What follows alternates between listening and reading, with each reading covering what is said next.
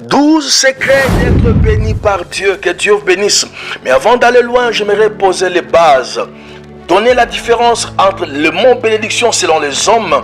Quand on construit, on achète ceci, on achète cela, on voyage, on passe à voir tout. Mais c'est pas vrai. Dans Genèse 48, nous avons une autre façade, une autre manière de voir la bénédiction.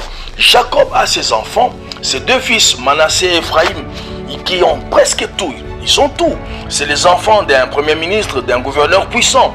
Mais celui-ci le présenta devant son père Jacob pour le bénir.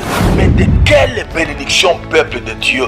Il est vraiment important de mettre le base et la différence. La première fois que la bénédiction, le mot bénédiction a été cité, c'est dans Genèse chapitre 1 verset 22 et Genèse chapitre 1 verset 28. Dieu le bénit et Dieu leur dit: soyez féconds, multipliez, remplissez la terre et l'assujettissez et dominez sur les poissons de la mer, sur les oiseaux du ciel.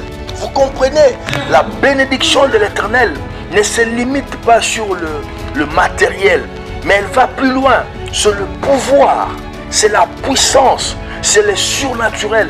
Et Joseph le savait. Et voilà comment il va annexer ses enfants ou ses fils aux bénédictions de son père, qui est leur grand-père, car celui-ci sait le secret.